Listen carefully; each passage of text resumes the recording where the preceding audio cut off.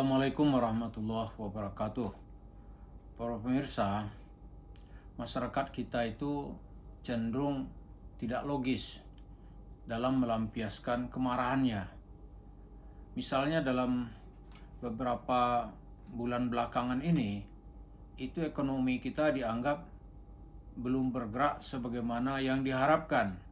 Walaupun pemerintah Presiden Prabowo menginginkan pertumbuhan ekonomi 8%. Tapi sekarang kita lihat terjadi pelemahan market. Hal itu kita lihat dari beberapa indikasi. Begitu para penganalisis ekonomi melihat tinjauannya. Yang pertama yaitu nilai tukar rupiah terhadap dolar, itu rupiah cenderung melemah. Dalam beberapa bulan ini rupiah tetap bertengger untuk $1 yaitu 16.500 sampai 16.600-an. Yang kedua, adanya penurunan indeks harga saham gabungan IHSG. Selama 3 bulan terakhir, IHSG kita itu telah turun sebanyak 1.700 poin. Sebelumnya indeks kita itu adalah 7.600.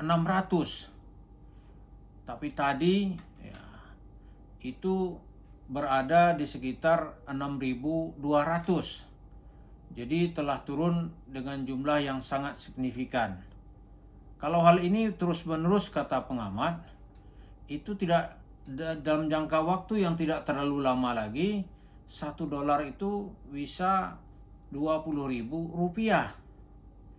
Kemudian yang ketiga, dilihat lagi dengan PHK besar-besaran. Banyak pabrik-pabrik ditutup. Hal ini akan menyebabkan akan terjadi banyak pengangguran. Tapi kata Presiden Prabowo, bodoh amat. Rakyat itu tidak memegang saham. Rakyat memikirkan sekarang bagaimana bekerja dan bagaimana memperoleh penghidupan.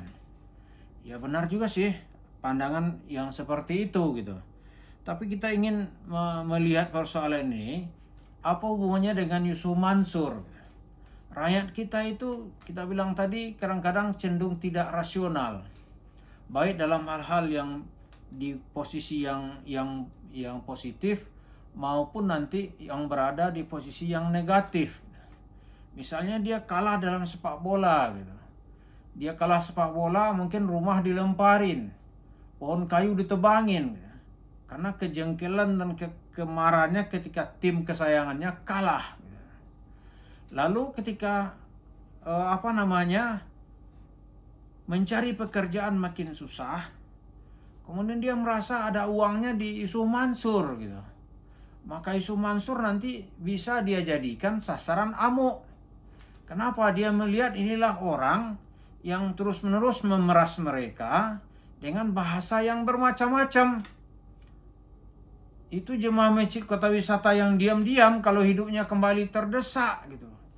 Wah, itu Yusuf Mansur bisa dijadikan sasaran amuk. Begitu juga nanti warung steak and shake-nya. Karena itu adalah simbol kedikdayaan yang menindas, yang merampok, ya kan, tanda kutip gitu, yang merampok dan menyelewengkan harta dari jemaah yang pernah mempercayainya. Jadi kita ingin melihat Yusuf Mansur ente jangan tenang-tenang gitu. Situasi kalau ini terus bergejolak seperti ini, waduh kita ngeri gitu. Walaupun pemerintah kita lihat terus-menerus melakukan pembenahan, tepatnya dengan meresmikan semacam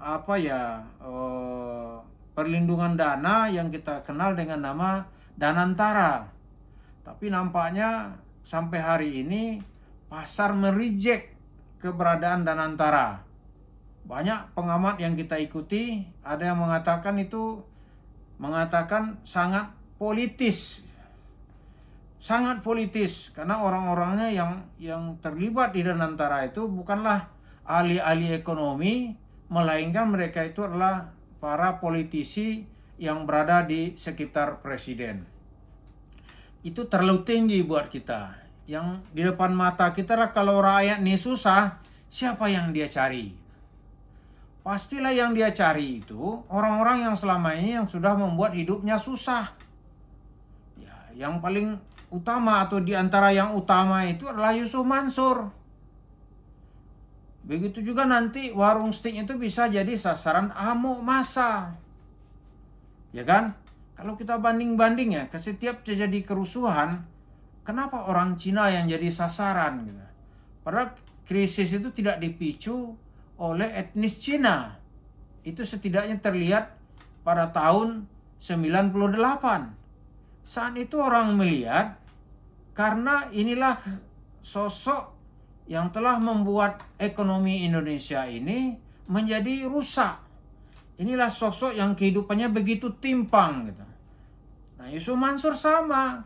Yusuf Mansur itu dinilai orang nanti inilah sosok yang menipu terus-menerus, yang menguras harta masyarakat, yang tidak pernah kenal henti gitu. Ketika masyarakat habis sabarnya, maka dia akan berbalik.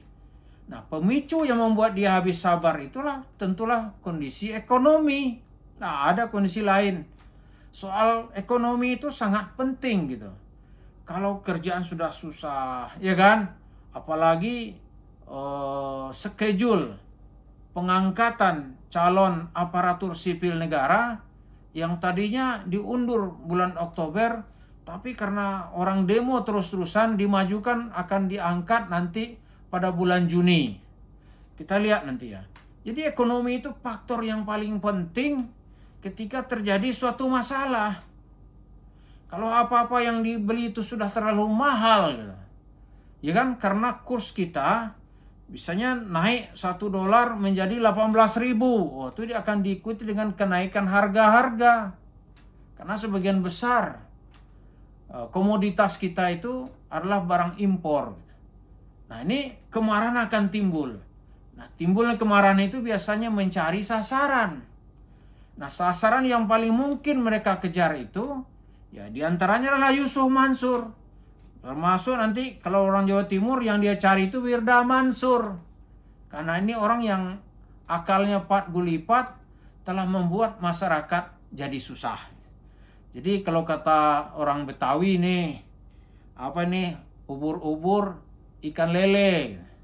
Yusuf Mansur, kemana ente? Orang akan mencari gitu. Kemana ente? Dia nggak bisa diam-diam. Nggak bisa, aneh udah salawatin, nggak ada cerita. Kalau orang susah, mereka akan mencari. Itulah yang dapat kita lihat. Situasi sekarang ini sedang tidak baik-baik saja. Ekonomi kita ya belum muncul dalam sosok yang diharapkan oleh masyarakat. Mari kita doakan agar keadaan kita ini cepat membaik. Dan kita juga berdoa agar masyarakat kita jangan sampai tertimpa oleh kesusahan hidup yang membuat mereka tidak tahu harus mencari jalan keluar seperti apa. Terima kasih. Assalamualaikum warahmatullahi wabarakatuh.